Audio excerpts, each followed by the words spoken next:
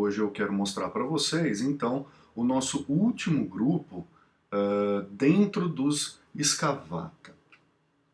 Esse grupo bastante... Dos Escavata não, me desculpem, dos Alveolata, né? Então esse grupo definido pela presença de alvéolos submembranais aí. A gente já explorou os dinoflagelados, a gente já explorou os apicomplexa, então hoje a gente vai explorar os ciliados. Deixa eu só lembrar o exercício final da última aula, né?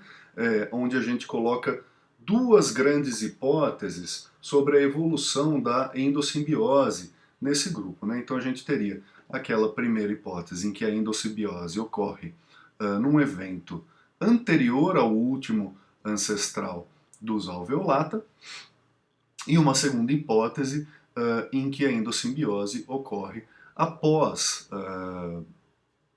a diversificação dos ciliados e antes da existência do último ancestral em comum entre dinoflagelados e apicomplexos, né? Então a gente fez um exercício, né, de pensar sobre como tecer hipóteses, como testar essas hipóteses. A resposta mais comum, né, que vocês deveriam buscar, então, seria pensar em procurar no genoma dos ciliados alguma evidência de que essa endossimbiose ocorreu. Então a ideia seria que, se uma endossimbiose ocorreu, no processo de endossimbiose ocorrem transferências laterais do cloroplasto para o núcleo. Então, mesmo que o organismo tenha perdido esse núcleo, esse cloroplasto, você ainda poderia encontrar alguns genes derivados de cloroplasto lá no genoma dos ciliados, né? Então essa é a hipótese e o teste da hipótese. Tipicamente, hoje em dia a gente está pensando nessa... a gente tende mais... Desculpa. A gente tende mais para esta segunda hipótese, a hipótese de que realmente a endossimbiose teria ocorrido após a divergência dos ciliados. Mas vamos aprender um pouquinho mais sobre os ciliados para a gente poder pensar melhor sobre essa hipótese, tá? Então vai ser uma aula rápida, uma aula leve, que eu já imagino que todos vocês estão bem atarefados, né? Então a gente vai meio que explorar aí os principais aspectos, os aspectos mais interessantes dos ciliados. Então quais são? Quem são os ciliados, qual a diversidade, as sinapomorfias principais e um pouquinho então da evolução desse grupo extremamente interessante. Os ciliados possuem estimadas 3.500 a 30.000 espécies, tá? Então a gente tem 3.500 espécies descritas, ou seja, elas já receberam um nome, e estima-se que existam outras 30.000. Os ciliados, como vocês vão ver, eles são riquíssimos em características morfológicas, né? Então, além desta ciliatura que vocês conseguem ver, toda a estrutura citoesquelética que permite o controle de todos esses cílios, ela é visível e ela é bem característica. O grupo possui, geralmente, um aparato oral, né, ou bucal, depende aí da literatura, vai chamar de um nome ou de outro, mas é um aparato especializado na alimentação, que é bastante complexo, com ciliatura especializada e que varia bastante. Aqui vocês podem ver um grande macronúcleo ovoide. O micronúcleo, como vocês vão ver, ele está aí, mas a gente não consegue ver no microscópio óptico, tá? Então esse aqui é um exemplo de um ciliado aí bem comum, né? Um ciliado que é bem fácil de se ver, uma frontônia. Aqui, então, alguns exemplos de variação morfológica, uma lacrimária, com seu característico pescoção, é um pescoço bastante ágil, bastante flexível. Aqui temos um euplotes, a gente já vai ver, ele possui, então, tufos de cílios, né? Então ele organiza os seus cílios em tufos que servem para se locomover, como se fossem perninhas mesmo. Algumas outras variedades aqui, um Dileptus, que possui essa tromba especializada aí, que é capaz de atacar suas presas, né? Então ele usa essa tromba como um chicote mesmo, que é cheio de veneno, a gente já vai ver como. Aqui a estrutura bucal também bastante especializada. Notem dentro dele, ele comeu um monte de diatomáceas, né? Então são bem vorazes os ciliados. Aqui temos um Suctória, que é um grupo de ciliados que na sua fase adulta perde completamente os cílios. Então o que vocês estão vendo aqui, compridos, são tentáculos, na verdade, tentáculos de alimentação. Cada um deles tem uma boquinha na ponta. E bastante comum aí o stentor, ele parece esse trombone. Eu vou passar um videozinho sobre a diversidade morfológica desses organismos. Esse é um vídeo que eu produzi junto com a professora Sônia Lopes e uma colega de vocês que se formou também e hoje é professora na Austrália, a professora Mariana Campos. Eles são predadores, parasitas, epifíticos, sésseis. Basicamente, os ciliados conseguiram ocupar todos os nichos ecológicos possíveis e imagináveis devido a essa extrema flexibilidade morfológica, tá? Eles possuem ciclos de vida bastante complexos, a gente vai dar uma olhadinha, são obrigatoriamente sexuados. Em termos de sinapomorfias, como vocês já devem imaginar, os cílios são sinapomorfias, tá? Então a gente vai ver aqui um diagrama, tá? Então você teria, a membrana estaria cobrindo tudo isso, tá? Esses travesseiros furados aqui, eles são os alvéolos, né? Afinal de contas, trata-se de um alveolado, e a partir desses alvéolos saem então os cílios vão ter os seus centríolos e toda a estrutura citoesqueletal subjacente ali, bastante complexa, né? São milhares de cílios que precisam ser orquestrados, né? Então os ciliados possuem uma estrutura citoesqueletal bastante complexa. E também,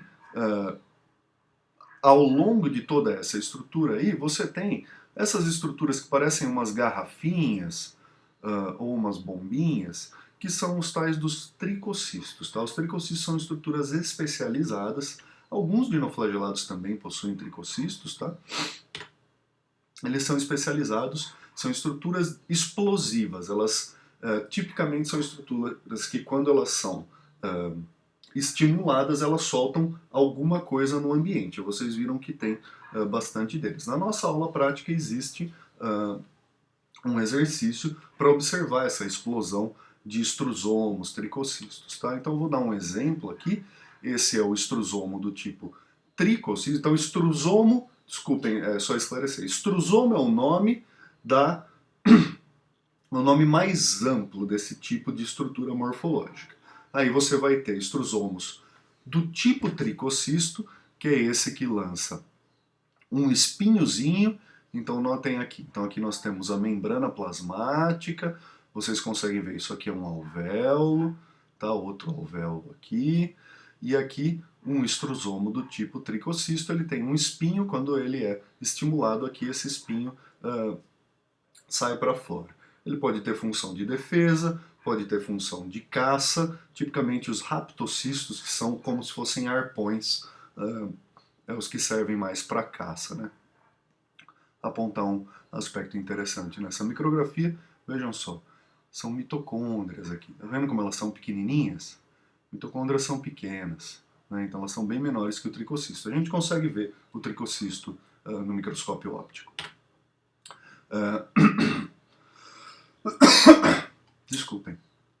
Uma outra característica muito peculiar dos ciliados é que vários deles unem os seus cílios em tufos, né? Mas muitos cílios mesmo, em tufos, que são mais duros, mais longos. Olhem só eles aqui, tá vendo? Todas essas estruturas bem grossas aqui são cirros, tá? Então aqui em micrografia eletrônica você vê ali esses tufos realmente de cílios ou flagelos, né? Utilizados aí. Então eles acabam utilizando para locomoção principalmente. Eles funcionam realmente como apêndices, no caso dos ciliados que possuem cirros. A segunda sinapomorfia, provavelmente mais importante, ela não é exatamente morfológica, ela é mais genética. É a questão do dualismo nuclear, né? Então todo ciliado vai ter no mínimo 2 núcleos. Eles têm uma divisão do genoma em 2 núcleos. O micronúcleo, ele é apenas germinativo, ou seja, ele possui toda a informação genética, mas ele não expressa essa informação genética. Esse núcleo ele fica lá dormente, com a cromatina totalmente condensada. O macronúcleo, por sua vez, é a parte somática, né? Então o macronúcleo possui o genoma lá que está em atividade, ele está sendo traduzido, está sendo transformado em RNA mensageiro, subsequentemente em proteínas. Então o macronúcleo é somático e o micronúcleo é germinativo. Então os ciliados possuem a divisão soma linhagem germinativa dentro de apenas uma célula, né? Como vocês bem sabem, os animais, as plantas e os fungos, eles também têm essa diferenciação e existe uma linhagem genética, que é tipicamente a linhagem gamética, né?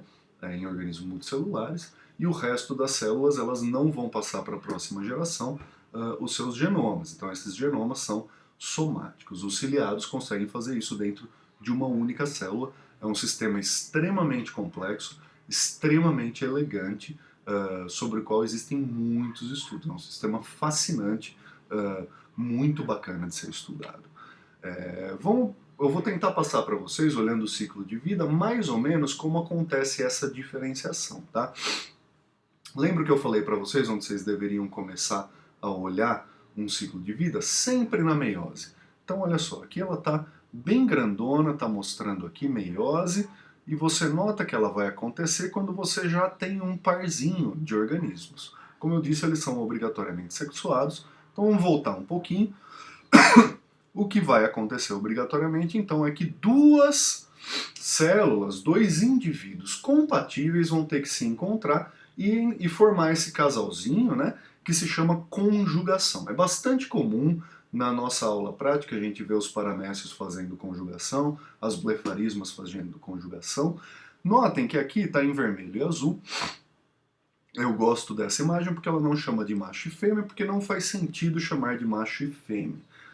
Os ciliados tipicamente têm múltiplos tipos de conjugação, né? Então seria como ter macho, fêmea e mais uma série de outros tipos que podem ser compatíveis. Então os paramécios, por exemplo, têm de 14 a 20 tipos diferentes. Esses tipos eles são compatíveis entre si de maneiras variadas, tá? Então geralmente um tipo é compatível com outros 4, 5, mas não com todos os outros. É um sistema bastante complexo de compatibilidade e ainda muito pouco entendido. É bem difícil de trabalhar, não existe nenhuma dica morfológica, né? Não há dimorfismo sexual. Então é bastante difícil determinar quem é qual tipo. Bom, mas uma vez que eles estão em conjugação, o micronúcleo, que é diploide, vai sofrer meiose. Então notem que se transforma em cada uma das células em 4 micronúcleos haploides. Aí notem que um deles, o que acontece é, 3 produtos da meiose desintegram e um dos produtos que sobrou ele sofre uma mitose.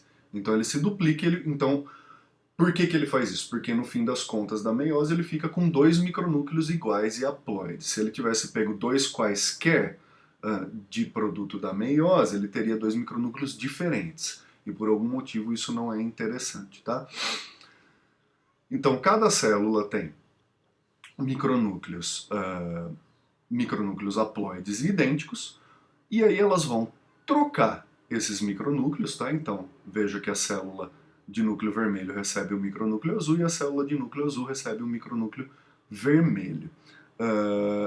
Essas células se separam durante a conjugação. Notem que o macronúcleo, ou seja, a parte somática, continua sendo a parte somática que eles tinham começado.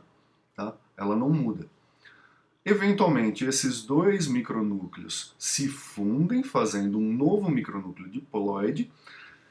Esse micronúcleo diploide vai sofrer múltiplas mitoses. Uma vez que existem múltiplas mitoses, então o macronúcleo vai se desintegrar e alguns dos produtos das mitoses vão se transformar em macronúcleos, outros dos produtos vão continuar sendo micronúcleo, e essa célula acaba então se dividindo em múltiplas células em que alguns dos micronúcleos se especializam em se transformar em macronúcleo. É um sistema bastante complexo, eu não espero que vocês entendam de primeira, é bacana voltar a olhar, pensar em todas as minúcias desse processo, é um processo fascinante, bastante interessante, e notem, tentem pensar no quanto de diversidade genética isso está gerando para essas 4 células finais e o como elas são diferentes das células iniciais, né? Então aqui a gente começa a ver que em eucariontes, sexo e reprodução são coisas distintas, são fenômenos separados. Sexo é aumento de variabilidade genética, reprodução é aumento de número. Essas duas coisas elas não precisam ocorrer ao mesmo tempo, elas na maior parte das vezes não ocorrem ao mesmo tempo, exceto em animais. Finalmente, então, para complicar um pouquinho a mais, mas eu não vou entrar muito nisso, os ciliados apresentam então o que se chama de processamento extensivo do genoma, que é um resultado dessa especialização em que o micronúcleo é germinativo e o macronúcleo é somático. O método pelo qual um micronúcleo se transforma em um macronúcleo, ele é bastante peculiar e ele é bastante interessante. Essencialmente, o micronúcleo, então, ele tem lá todo o genoma, ele vai cortar partes desse genoma, então, para fazer muitos mini cromossomos. Então, o genoma no macronúcleo, ele não está organizado da mesma maneira que o genoma, por exemplo, em um núcleo de um ser humano, em que você tem longos cromossomos com muitos genes dentro. Ao invés de ter isso, ele pega esses longos cromossomos, picota e faz cromossomos que contêm basicamente 1 ou 2 genes. E aí ele multiplica muitas vezes cada um desses cromossomos num processo de poliploidização. Tá? Adicionalmente, o jeito que ele faz esses cromossomos de 1 ou 2 genes, ele não necessariamente precisa ser linear. Tá? Então ele pode pegar pedaços de genes de lugares diferentes para fazer esses mini cromossomos.